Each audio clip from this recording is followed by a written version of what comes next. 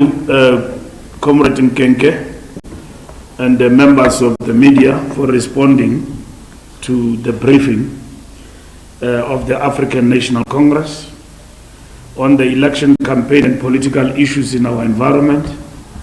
And we know that what is key for you in the political environment is the disciplinary case, which will clarify.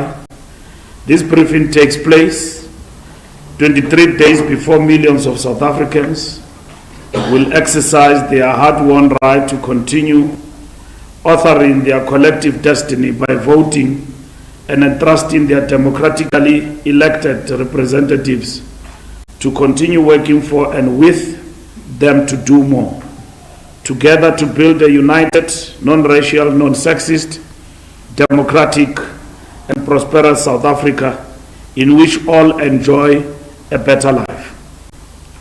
This briefing also takes place a day after we celebrated what would have been the pre-centenary birthday of Comrade Ruth First, journalist, academic, political activist, who was born on the 4th of May 2020, who was born on May. Her life was brutally cut short by a parcel bomb sent to her office at the Eduardo Mandlani University in Maputo by the murderous apartheid security apparatus. The life and struggle of Comrade Ruth First bears bitter testimony to the fact that our freedom was not free, but attained through commitment and the supreme sacrifice by brave women and men. It also underscores the non-racial and non-sexist character of the struggle against apartheid colonialism. Over the past 30 years, the people of South Africa, led by the ANC, have been at the forefront of a movement to construct a new South Africa. Our country has come a long way. We have made incredible strides and achieved so much. However, even after 30 years of freedom and democracy, our journey towards the South Africa that our people truly desire is far from over. We still have more hills to climb. In the 2024 elections, we'll therefore go beyond celebrating accomplishments. We learn from the past, from mistakes and setbacks, as we learn from achievements. The fundamental question for this year, the 30th anniversary of our freedom, is whether South Africa's transformation from an apartheid, colonial, patriarchal and divided past may be halted or reversed, or whether the democratic renewal, national rejuvenation and socio-economic transformation agenda shall gain new impetus. The ANC-led Alliance election campaign continues to escalate and move from strength to strength as ANC members and supporters go to every farm, village and township, to every town, city and suburb, to account to the people, placing the ANC manifesto into the eager hands of our people as we seek a renewed democratic mandate to defend and advance the gains of 3 decades of freedom. The spirit of our volunteers is soaring, fully embracing President Ramaphosa's vibrant call to action, Mahlomi Hlasele. On Wednesday, 1st May 2024, the Revolutionary Alliance of the ANC SG Fikile and Sanko held massive and successful May Day rallies in all provinces.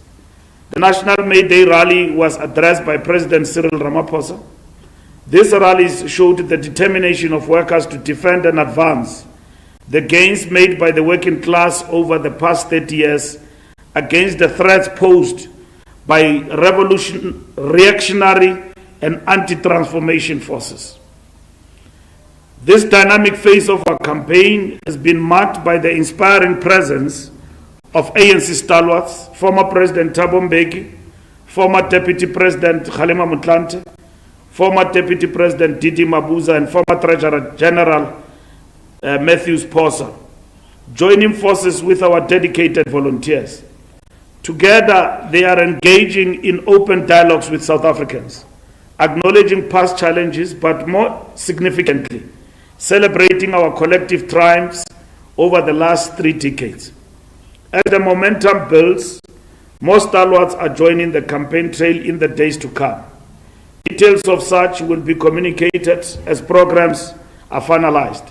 Thanks to the steadfast efforts and progressive leadership of successive ANC governments, South Africa stands proudly united in its rich diversity, claiming its esteemed spot within the global community.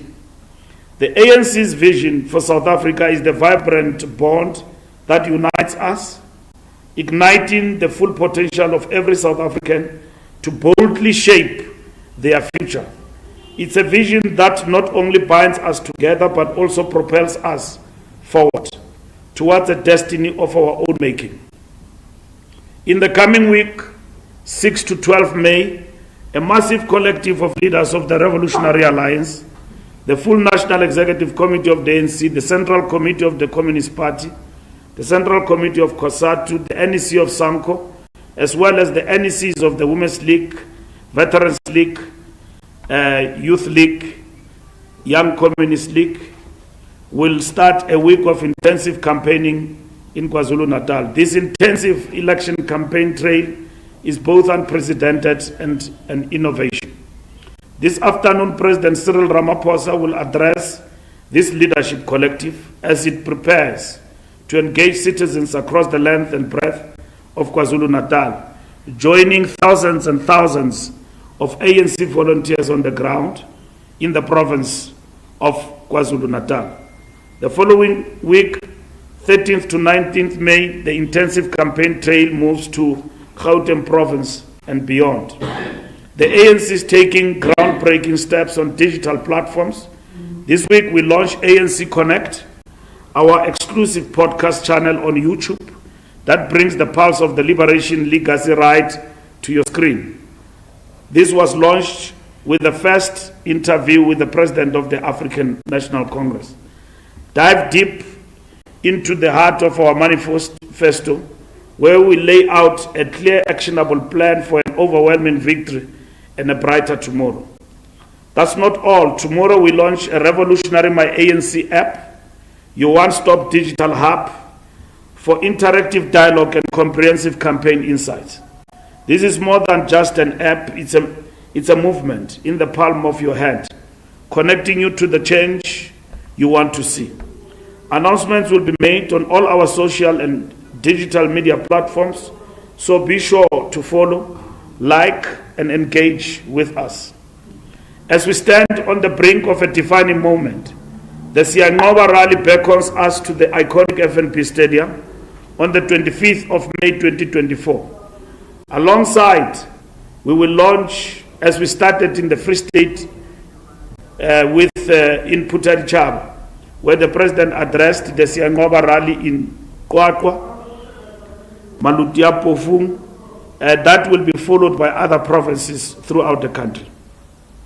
This is more than a gathering. It's a clarion call by President Ramaphosa and the ANC for unity and collective action. This massive gathering will be preceded by provincial Siyanqoba rallies in all provinces on the 17 to 18 May 2024 as build-up activities for the national rally. We stand united, resolute in our vision for progress. And it's time for every South African to heed this call. Together, let's forge a path of shared success and endeavor. We call upon all South Africans to join us as we rally our spirits and efforts to do more together. The future is ours to shape, and every step we take is a stride towards a brighter, shared destiny. Let's make history together at the Siyanqoba rally. Your presence is the catalyst for change.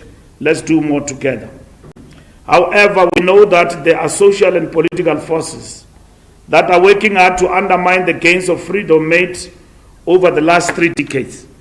They want to stop the march towards a united, non-racial, non-sexist, and prosperous country that truly belongs to all. The counter-revolutionary and anti-transformation forces are converging in 2 pacts, while at the same time seeking to fragment the forces for change through splinter groups and small parties that will contest the ANC. Another counter-revolutionary and anti-transformation tactic is to ensure that the ANC is locked up in internal struggles that will weaken and destroy it from within. They actively encourage rebel breakaway groupings to erode the support base of the ANC. Often these start as factional conflicts within the ANC, but when the movement pushes ahead with its renewal, they mutate into opposition parties that are as opposed to the ANC as the right-wing opponents of transformation. Some of these parties masquerade as more radical than the ANC, but their revolutionary sounding rhetoric cannot hide the reality that they have common cause with the forces opposing transformation. The shared goal of all these forces is to deprive the ANC of the ability to use state power to effect change. As the National Executive Committee pointed out in its 2024 January 8 statement, I quote, "The ANC is committed to developing and where necessary correcting its members and leaders," close quote. However, as renewal gains momentum, those whose conduct is in conflict with our values and principles, the criminals, the corrupt, the careerists and factionalists, and those who actively work against the organization will find themselves outside the ANC.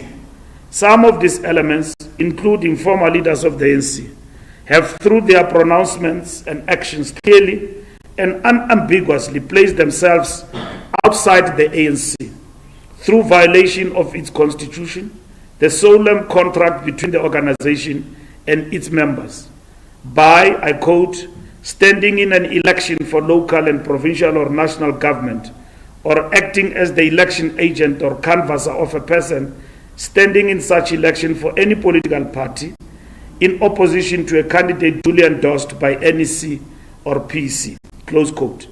These members have, in the eyes of ANC members and society, effectively, quote-unquote, constructively resigned or expelled themselves from the ANC. Notwithstanding this reality, the ANC is committed to the rule of law and following the processes set out in the ANC constitution, including disciplinary processes. However, the leadership of the ANC is also committed and duty-bound to act responsibly in safeguarding the life and property of its members and the people of South Africa and the integrity and stability of the electoral process. The Constitution of the ANC enjoins the NEC and the Secretary General's office to respect the integrity and independence of the National Disciplinary Committee and to take all steps necessary to support its work, including ensuring the safety of its members. In pursuance of this duty and based on an assessment of the security situation prevailing at Luthuli House, the Secretary General's office was advised that activities that have the potential to attract large gatherings that might result in violent or disruptive behavior are not advisable, especially close to election day. This is exacerbated by the activities of certain political parties in organizing demonstrations and sit-ins at Luthuli House, disguised as neutral people, but within those marches and the sittings that have happened here, we have identified political parties which have organized such destructive activities along our building at Luthuli House. And we have taken steps legally to correct that particular situation. And we will further take steps even to the Electoral Commission to expose these activities of some of these political parties. It was in this context that the NDC was requested to be mindful of these concerns and consider holding in abeyance any disciplinary proceedings that require in-person meetings at Luthuli House until the 2024 elections. The ANC-led alliance and the broad progressive movement remains the only reliable force that is capable and that has a tradition of uniting and working with various social forces to advance the national democratic agenda. Unique among political formation in South Africa, the ANC has been able to work with workers, women, youth, progressive professionals, intellectuals, business people, middle strata, faith-based organizations, cultural activists, traditional leaders and various community-based and non-governmental organizations to achieve social and economic change. The onslaught against transformation should make us more determined this year to succeed in building a better life for all and to be more deliberate and resolute about the renewal of the ANC, the broad democratic forces and our society. At the same time, there are forces that seek to use this election to undo the progress of democracy. It is crucial that together we defend our hard-won freedom. In conclusion, the ANC remains committed to obtaining an overwhelming mandate from the people of South Africa to implement its 2024 election manifesto. We'll focus on 6 priorities that are critical to speeding up transformation and improving the lives of the people. Our jobs plan, building our industries to include an inclusive economy, tackling the high cost of living, investing in people, defending democracy, and advancing freedom, and building a better Africa and the world. We will do better, we will do more, and we'll do it faster together. Thank you. Thank you so much, SG. I'm going to take questions. The comprehensive statement on our update of our election campaign, and we would like to take questions. Please just say who you are and your newsroom and ask a very brief question. I'll start on my left and then we'll move like that.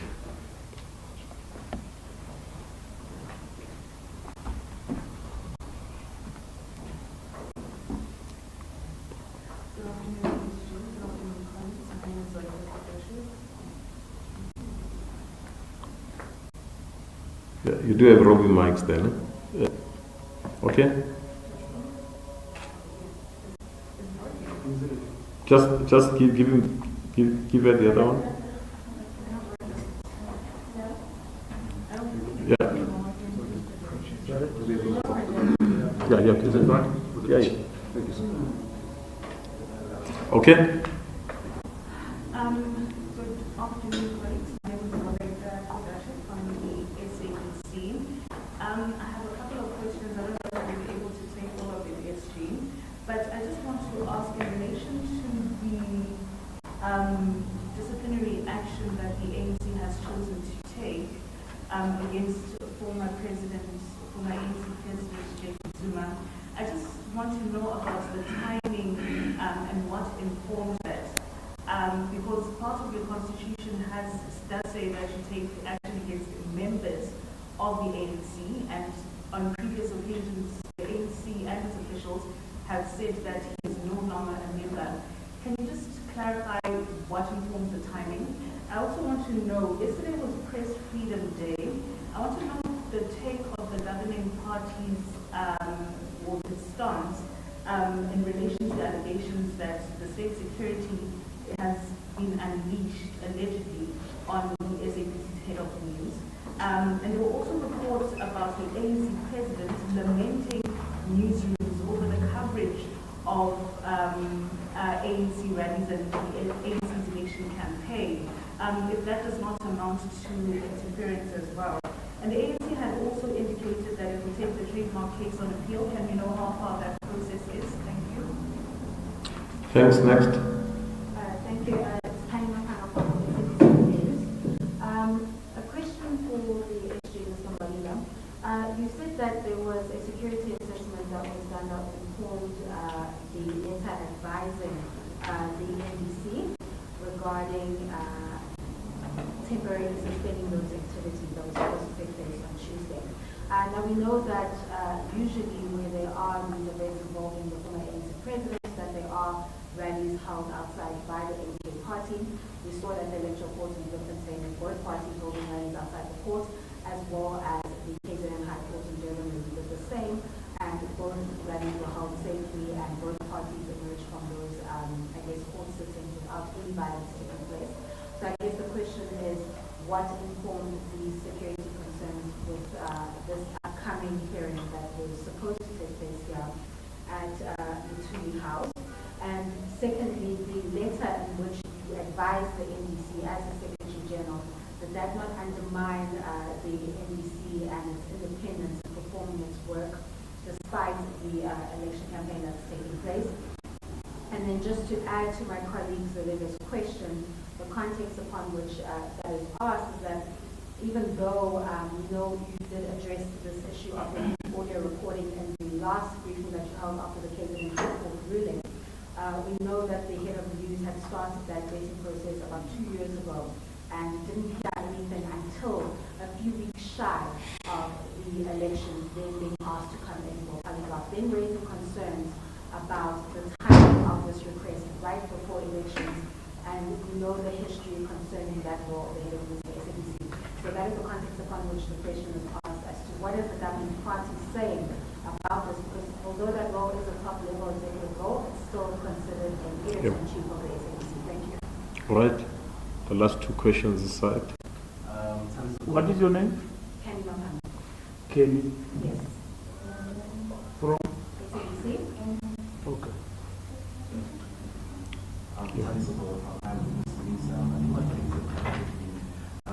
will have a question regarding the intensive campaign in KwaZulu-Natal.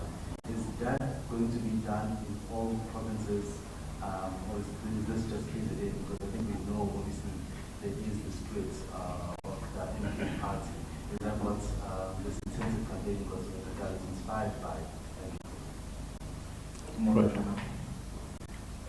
My name is Lunga. I'm from the Northern Caribbean. Yes. My question was also going to be based on that. And the MK party, obviously, in most cases, they are in KZN. Is there any worry that there might be clashes between the ANC and the MK party there? And what I wanted to speak to you about, Jola, is also the issue of the former president, seems to have admitted that the list of the ANC was the list of the candidates to the IEC was indeed changed. Do you have any knowledge of that? Because mostly what they say is when they gave it to you, to your office, the list seems to have changed from there. Can you maybe say who was elected, who was added, and that? And then the issue of the former president, the DC. I mean, you had previously said that there's no need to even hold the DC because Zuma was it's better to say. But if you look at the guy who came in, the big Maverick, whoever joined that guy who was also a parliamentarian, he joined MK Party. There was no need for a DC. Why is it that you feel, because it sounds selective, why is it that you feel that you have to now call former President Zuma to a DC when with him it was just an issue that is not an amendment?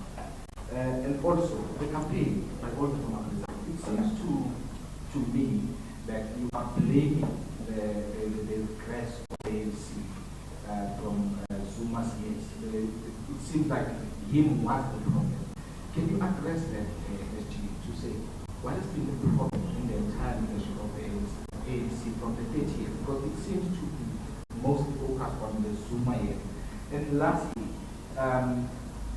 allegations that is the last signature of the ANC.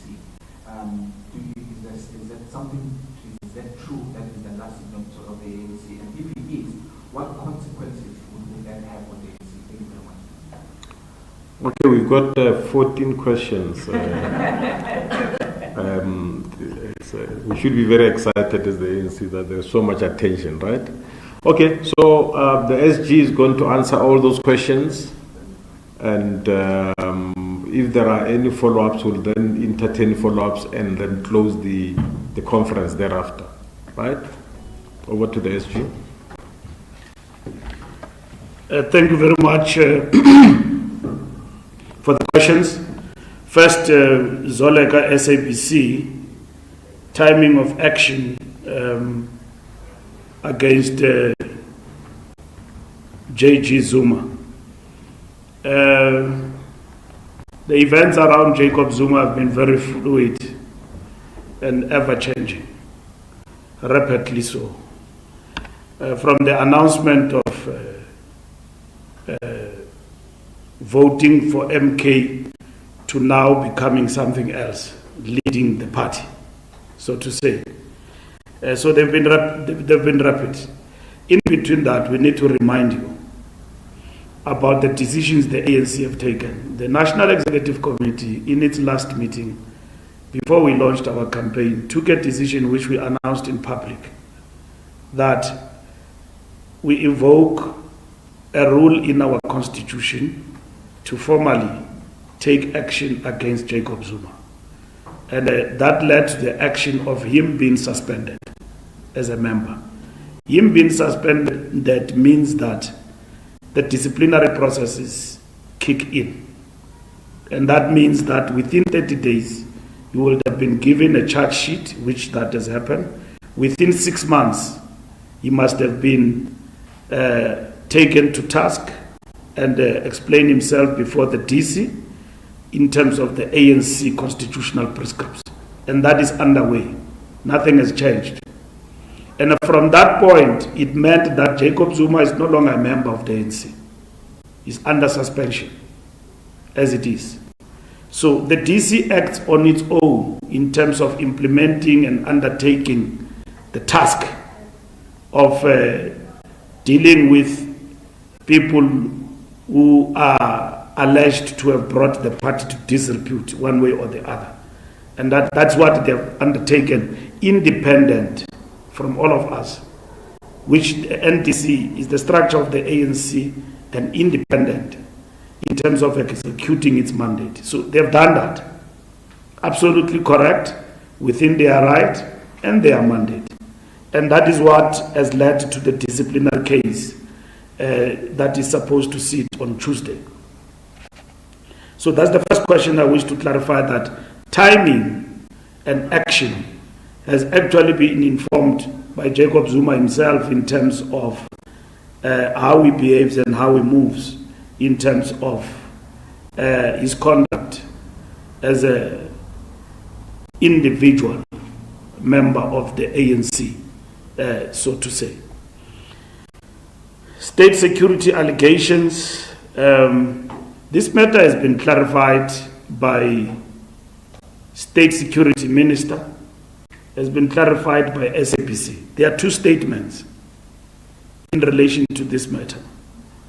One from the SABC, and that State Security have said that SABC is their client. They don't go around chasing people and vetting everybody at random.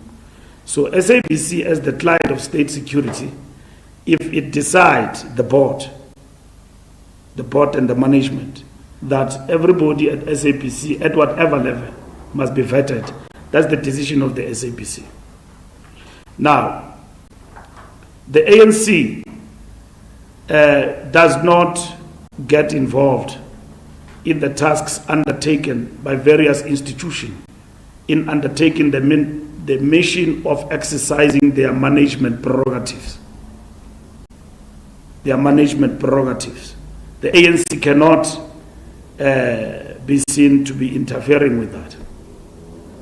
And the SABC must clarify itself in relation to the statement they've issued, which I thought the matter belonged to the doorstep of the SABC. And the State Security Minister have clarified the issue. So from our part, that matter is closed. Unless if there is an infringement of the rights of individuals in relation to press freedom and all of that, of which the ANC has been very clear that we don't interfere with press freedom and the rights of journalists and journalists being harassed and all of that. We don't subscribe to that. But what happened within institutions in terms of management prerogatives, we can't negotiate that. We are far from that. Otherwise, we'll be accused of macromanagement as a party. So it's not a technical issue, it's a political issue that we can't macromanage institutions. We come from a bitter past of state capture, which meant that institutions have been macromanaged. In this particular instance, at the SABC, there is an independent board led there, I don't know the chairperson, led by the chairperson, and then that board have taken responsibility and issued statements. So I think SABC must ask the question to the SABC itself in relation to this particular matter. I've clarified the issue of we don't entertain in the ANC gossip and leakages. that a meeting was intercepted and President made remarks, and those remarks are now interpreted to meaning that it's interference with press freedom, is taking matters too far. What people discuss behind corridors of their own political parties is their own independence, and it must be respected as such. You can therefore not second guess what the president said and want to interpret it to meaning something that it did not mean. Let me explain to you. When we discuss, we look at the landscape and the political coverage in the country. Every political party, even small, they are concerned about how they get covered. So that's why political parties engage with media houses about how they get covered. And the ANC, as the largest political party in this country, I'm sure in your newsrooms you've got a difficulty how to cover us. We are not a one-man party. It's difficult to cover the ANC, and I'm sure you get complaints that you are favoring the ANC. But it's the nature of the political landscape in the country. The ANC is the largest political party. You can't help it. It's not. Today, as I'm speaking here, leaders of the ANC, including leaders, and other people are now crying foul. Why are former leaders helping the ANC? I mean, if Tony Leon tomorrow decides to campaign like he does for the DA, will I say, well, why? If he decides to defend the DA, will I say why? He's a leader of the DA. Our leaders have never crossed to another point except the one that you know, who has taken us on. And he's got a difficulty to explain that decision. He's contradicting himself every day about the decision he has taken to challenge the ANC as a former leader of the ANC. He's alone in that pedestal with members of the ANC, some of them who have left because they believe in him as a person.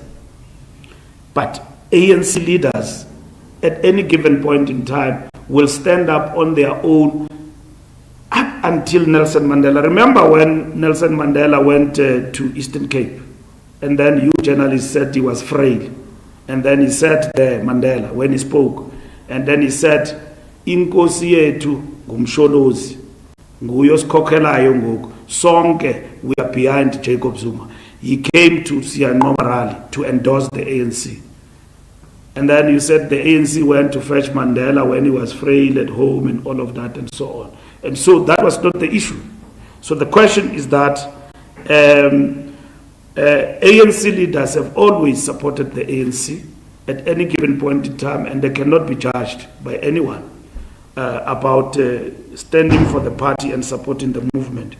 The trademark case is on course in terms of being taken on appeal, and it will be placed on the court roll soon, as we have been granted permission by the Durban High Court to actually appeal if we want to, and we have decided to appeal. And I've announced that point to you. Kenny, with regard to security concerns, what informed that? I mean, security concerns come from the state side and even our own security. And it's not up to me to reveal that, but to act, because we've got all the information. So we have informed the NDC, you are independent, and therefore we ask this matter be put in abeyance, because we don't want something that happened in the past, like when the DA came here, and then there was violence. It was minimum, and this one can be big. So we have stopped that, because the ANC disciplinary processes are internal processes. So the NDC is independent, but is a structure of the ANC. And if you read the ANC constitution, you will see there. What is the role of the Secretary General of the ANC? I've communicated that decision of the officials to the NTC that this matter must be put in abeyance.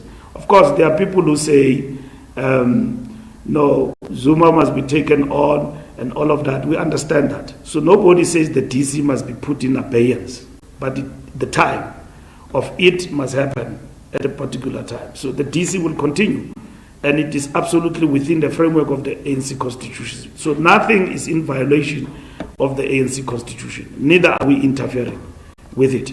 So that is the case, and the DC is fully supported by the National Executive Committee, as communicated by the Secretary General to the chairperson of the National Disciplinary Committee. So there is no conflict between us and the NDC. I'm doing the job that I'm expected to undertake by the Constitution of the ANC, working and interacting between structures, units of the ANC to communicate ANC instructions. Some of these decisions are instructions. They are not negotiable.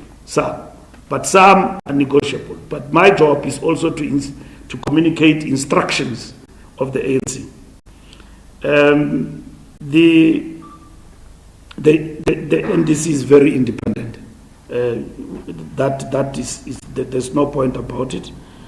I've addressed the issue of the vetting of the SABC, Year of News, and I just to emphasize the point that it's the call of the SABC in relation to how it undertakes its work, and that is it. I wish to reiterate that we don't question managed prerogatives of institutions. So SABC is independent now. It's run there by the board, and it must be answerable and accountable to itself, but also to Parliament and to the people of South Africa. So they have explained their decision. I've read their statement in relation to this matter. Tabiso intensive campaign.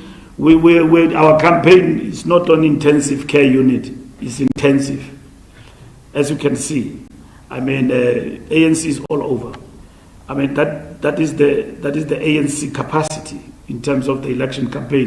We know and we have explained that the vote to us will not be, it's not a given. You've got to go convince, talk to people why they must vote for the ANC. And this is what our volunteers and our leadership have done. To us, this moment is very interactive, because asking people to vote for you is equally to get the feedback, is to get a fresh mandate. And we know now, as we go in this campaign, that our manifesto is very consistent, but it's a very practical manifesto in terms of the things that we want to do as a government in the next 5 years. So we campaign everywhere, not only where we are faced with a threat. KwaZulu-Natal is not a threat, it's a densely populated province with biggest numbers of voters, where voters are found. So we have done this before. We will do this in Gauteng. They've been defined as the battleground in a way. And so, of course, with the MK party, others have defined it as a threat to the ANC. But we have said to our members, our posters have been teared in that part of the province and everything else. We must calm down and be peaceful and be tolerant to everybody. And thus far, campaign has been good in KZN and quite vibrant in a way. Lunga, do we worry about MK party? No, we don't. If we're going to worry about the party, then it means we will not campaign. Was the list changed? We gave an account here about the list of the ANC, that the chairperson of the list, Comrade Kgalema Motlanthe, gave you a report. The Secretary General used to run the ANC. Let me educate you. In the past, Lunga, Magashule, Gwede Mantashe, they used to run ANC list and Kgalema Motlanthe. The conference of the ANC in Mangaung and in Nazareth, subsequent two conferences, changed that and said that we must establish an independent electoral commission. So the matter then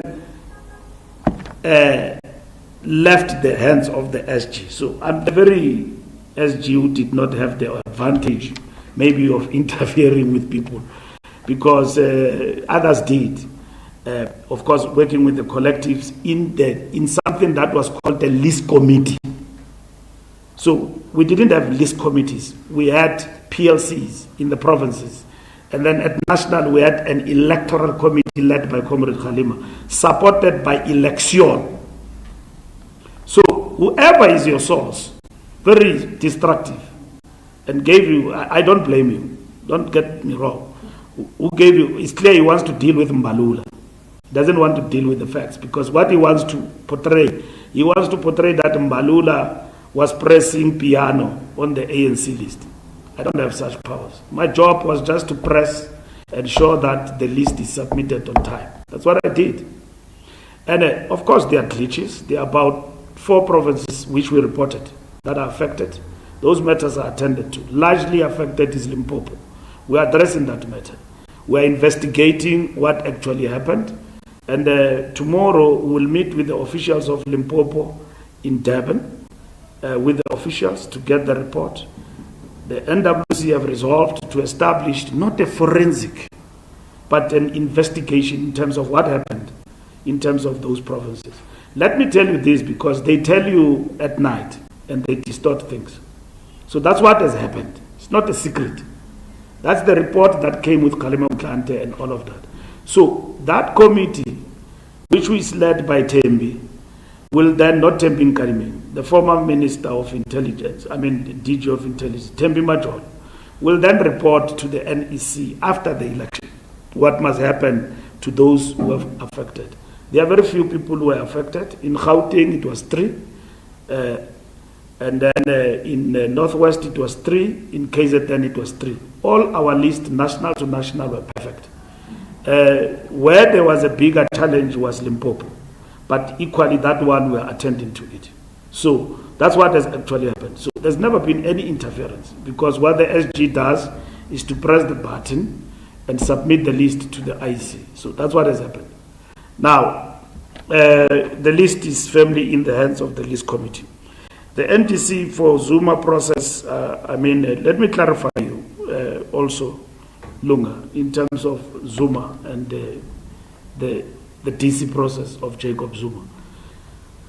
Zuma was suspended by the ANC. Since his suspension, right, he has taken decisive action to become a leader of a party, registered, and all of that. The ANC have equally taken and implemented all its decisions. One was the deregistration of MK. We lost. I repeat, we lost. And we decided not to challenge it in terms of on appeal. Trademark, it's a legacy issue. I explained. We are challenging that. Because we did not want to say we're dragging the Zuma deregistration matter because we're delaying the election process to continue. And we have been petty. We were doing what is within our right as a party. When we lost, we left it there. Okay? Zuma now has faced his own issues between himself and the IC. And that is the matter. That is before the courts. It's got nothing to do with the ANC as an organization. So we need to clarify that. Since then, and the court cases that Zuma has won, including the trademark issue, he has shown determination to be outside the ANC. Okay? There was no retreat on that point. And then using this Mkhonto Wesizwe and running with it. So, he has written his own history. Nobody is writing it for him. He has written his own history on his own, outside the African National Congress. So since that time of the National Executive Committee suspending him, he has shown no remorse but determination to be outside the ANC. And that's what he has done. Now, what the ANC is doing is to implement what is within its constitution and its rules. And then Zuma has agreed to subject himself to that because he says he's a member. He has agreed. So that is good. He's subjecting himself to that, so we don't want him to suffer prejudice and pronouncing things that he will pronounce otherwise in the future. So he has subjected himself. The issue that has been addressed is the issue of mobilization that is going on here around Luthuli House and that will lead to violence. Because at the end of the day, we will be accountable at that particular moment. But the processes of the NDC must and will proceed.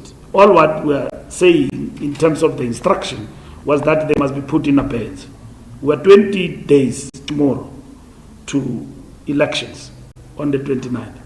So that's what is important, and we communicated to the NDC unambiguously. So 30th challenge, it's not correct. Each president served the ANC, there are challenges and failures and all of that, and then they also had achievements. But when we have witnessed the biggest setback in our struggle, no doubt, is in the past 20 years. And in the past 20 years, the ANC have admitted in the last election that we have veered off and we are on the process of renewal. So it's a matter of principle. That issue is on our manifesto. And that is why people have returned us. And our commitment to renewal itself is what has renewed people's confidence and hope in the African National Congress. So there is no differentiation in terms of leaders. But the fact of the matter is that in the past 20 years, that's when we have seen major setbacks. And the image of the party battered, you know, in a way that you could not, compare it to anyone on issues of corruption, state capture, and all of those things. So those things came up, and we are addressing those issues. The last point is Zuma signatory to the ANC. What I know is that I'm the Secretary General, so I'm the second signatory of the ANC. I was elected in a conference. So if Zuma was elected in 1991, I don't know, the constitution of the ANC says he's a signatory for life. I've seen that circulated, so I don't want to respond to speculations. We will wait till people who are raising those issues on social media come to us with their madness. So we'll see it at that time. But I'm not going to respond to faceless social media distraction. The ANC is known as a party in South Africa. It has been contesting elections, successive elections. It has never been a property of an individual. And then leaders of the ANC get to change from time to time. So that is it. Now, if people believe in their madness, that they've got a case that they want to advance, including deregistering the ANC, we'll deal with it when it comes to us at that moment. Thank you very much. Thank you. Thank you so much. I think we've dealt with all questions. Just mopping up.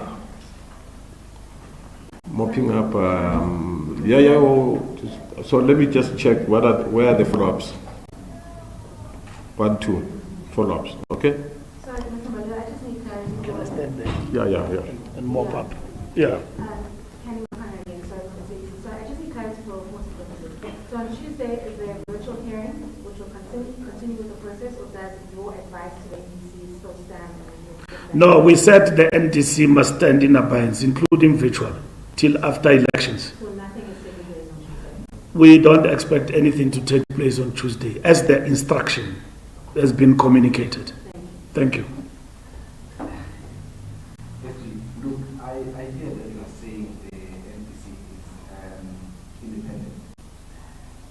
If it is that independent, SG, what happens in the case that they find him not guilty? Will you welcome him back to the ANC?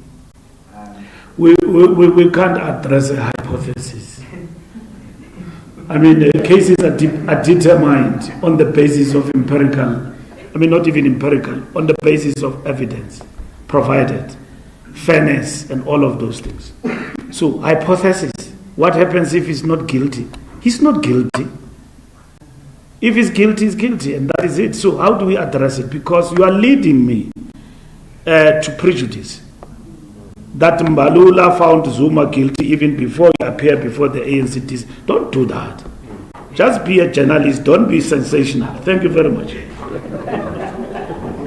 Okay, ladies and gentlemen, this is the end of the press statement that we have given to you. We are on the ground. We are the only party on the ground. We don't see any other opposition parties on the ground. We are doing our work. We are not arrogant. We intend to make contact with our people, and we are determined to see that the ANC emerge victorious in these coming elections. And no side issues will take us away from that main focus. And welcome to the ground. We are in KZN. But it doesn't mean we are suspending any other activities elsewhere in the country. So, but all of you, will see you on the ground. Thank you so much for coming. Salute.